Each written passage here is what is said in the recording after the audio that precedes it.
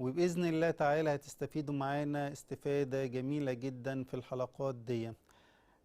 بادئ ذي بدء أود أن أعبر عن شكري وتقديري إلى هؤلاء الذين تعلمنا منهم واستطعنا أن ننهل من معرفتهم.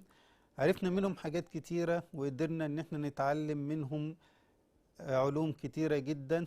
بذلوا ما يستطيعوا ولم يبخلوا بجهد ولم يبخلوا بأي معلومات. قدرنا من خلالهم ان احنا نوصل لأفضل الأحوال وأفضل الطرق اللي نقدر ان احنا نعالج بيها المرضى بتوعنا.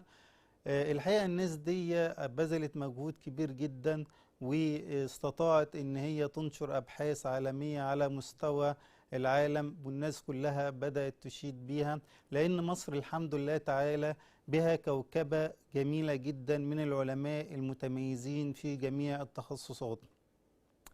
والحقيقة احنا حضرنا كثير من المؤتمرات اللي فيها بدأنا ان احنا نتعرف على بدايات التجميل وازاي نقدر ان احنا باستخدام اساليب بسيطة جدا بنوصل لنتائج متميزة على كل الأصعدة.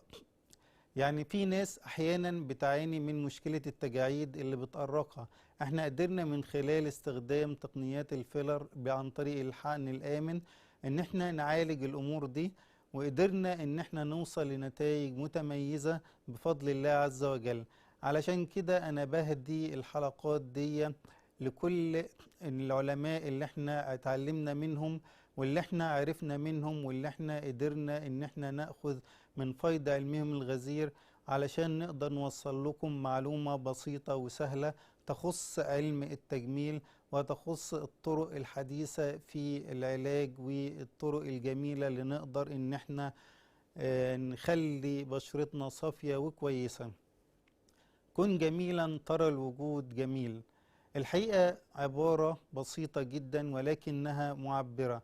كل إنسان ربنا عز وجل خلقه بالفطرة عنده ميول إن هو يكون أحسن واحد، وعنده ميول إن هو يكون أفضل شخص، وده غريزة ربنا عز وجل جعلها في كل البشر.